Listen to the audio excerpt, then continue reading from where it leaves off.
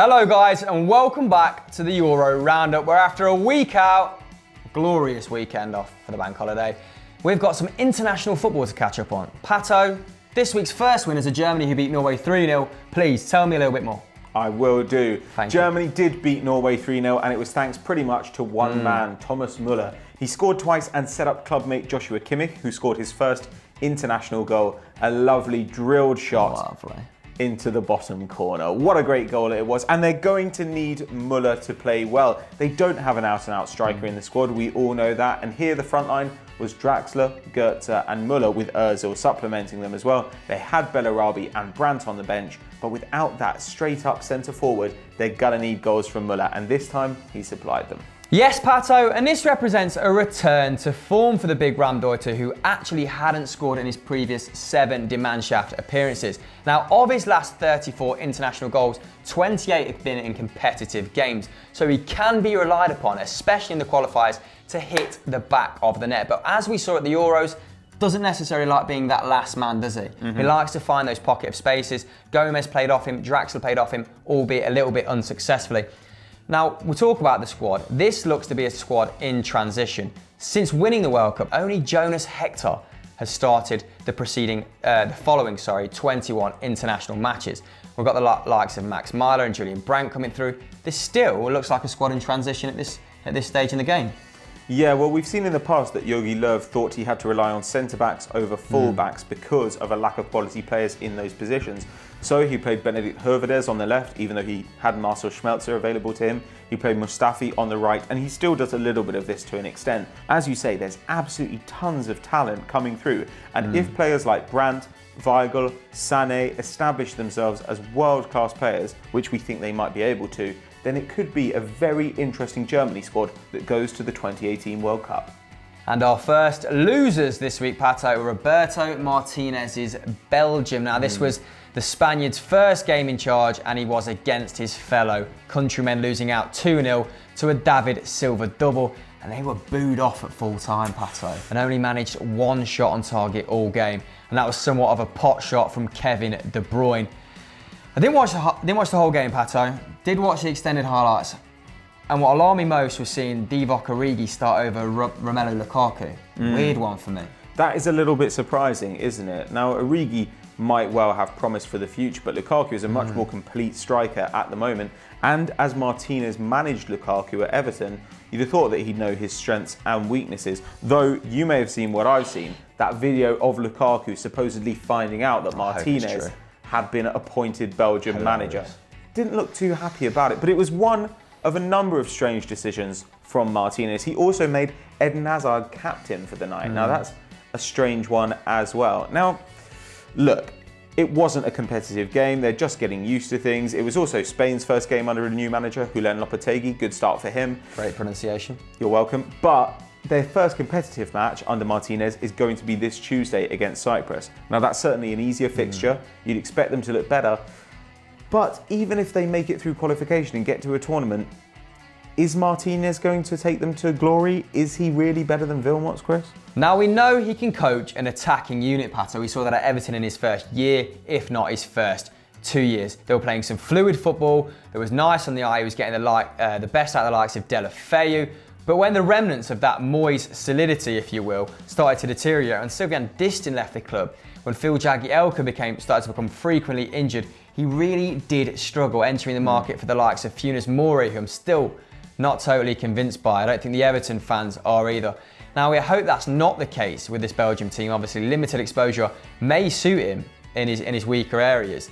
But we really just hope he doesn't waste this generation of talent and we see something from them moving forward in these qualifiers and in the next World Cup. Our next winners are Brazil. They came out 3-0 victors over Ecuador in World Cup qualifying thanks to 3 second-half goals. It's their first victory on Ecuadorian soil since 1983. Oh, you're rugged, Patrice. What a stat. And it looked like it was going to remain that way until the 70th minute when Manchester City new boy Gabriel Jesus won a penalty with some tenacious play that was duly converted by golden boy Neymar. Now, Jesus wasn't done for the night. He scored 2 absolute scorchers of very different nature. If you haven't seen them, I'd recommend you try.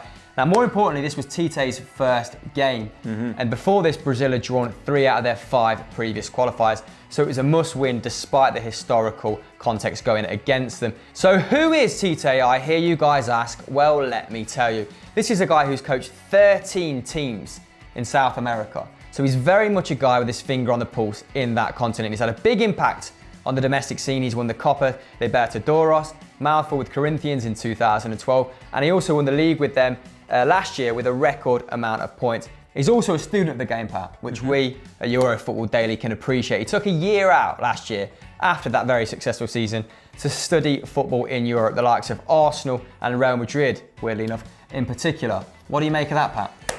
Well, I think that maybe he didn't learn enough by studying Arsenal, because in this game, look, Brazil had 16 shots to Ecuador's 5. They had 61% possession, but they didn't seem to create a lot of great chances. They were taking a lot of shots from range. It was a bit of hit and hope. I wasn't terribly impressed by that. Also, some of his squad selection choices, a bit strange. He played Renato Augusto, he's brought Paulinho back into the fold.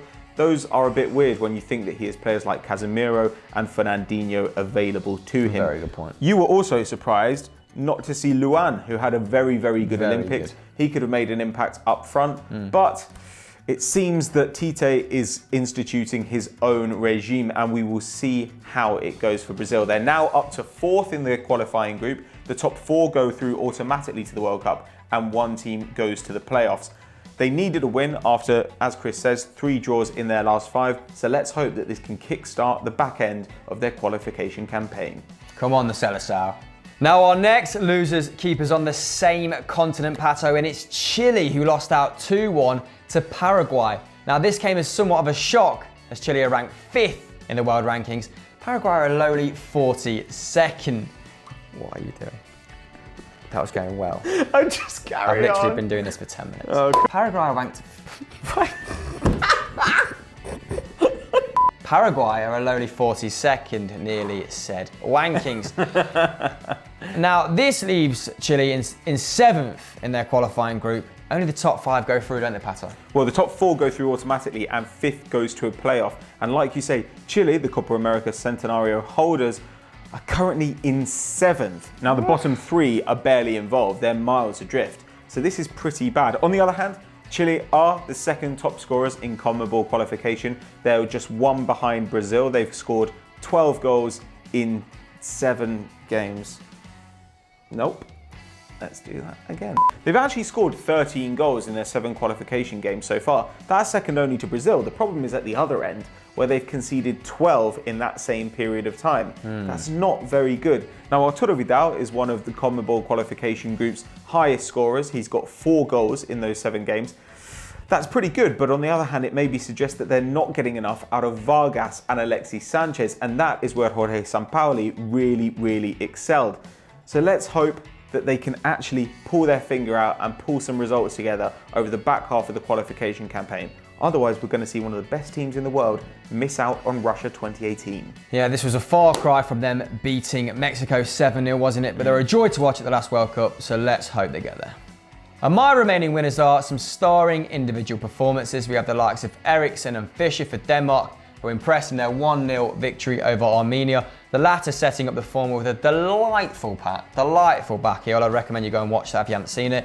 He also won a penalty, Victor Fischer, the Middlesbrough man impressing even more so, which Eriksen missed, but will skirt over that. Snodgrass got a hattie for the Tartan Army, albeit against Malta, but it's a hat-trick none the same. Scotland's midfield are going to need to chip in with some goals, because I don't think Chris Martin, with all due respect, is going to be prolific up front for them. Sean Maloney getting on as well. And Kaputska, who's showing that he's developing into a really good little winger with an eye for goal, with a goal against Kazakhstan. And I believe that segues nicely into your losers, Pat. It does indeed. Poland Seamless. Overall, I'm afraid, have to go in the losers category.